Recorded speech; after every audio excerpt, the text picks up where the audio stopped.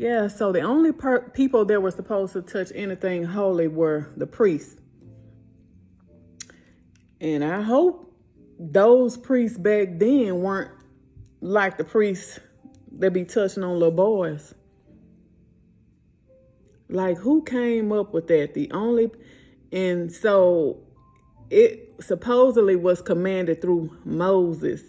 God gave this commandment to Moses to, I guess, to tell the Levites that it's holy. They weren't supposed to touch it. The only way to carry it was with some carrying poles. That there was some rings on each side of the ark that they were supposed to put the poles through. But don't actually touch it with your hand.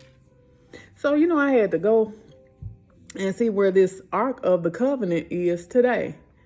And supposedly it's in there's no real hard evidence that this ark existed. And supposedly it's in a church in Ethiopia. It's like 3 or 4 different places where this ark is supposed to be today.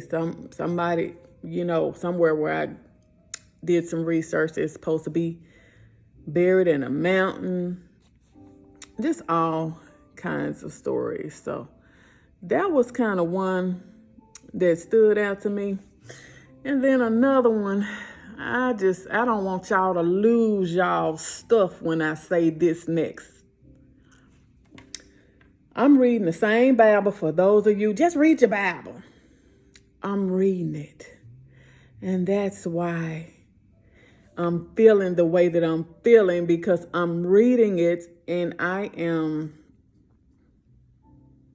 you could just read something but not really understand what it is that you read. You just skim over, just read it and accept it for what it is. The more I dig, I realized that the devil didn't kill anybody in the Bible. They make it seem like it's all God. God killed everybody. You might be thinking about, what about the story about Job? Yes, God and the devil had a conversation, and God gave the devil permission. But what actually killed them? There was a strong wind that came through that the house fell on and killed Job's children. I thought that God controlled the winds.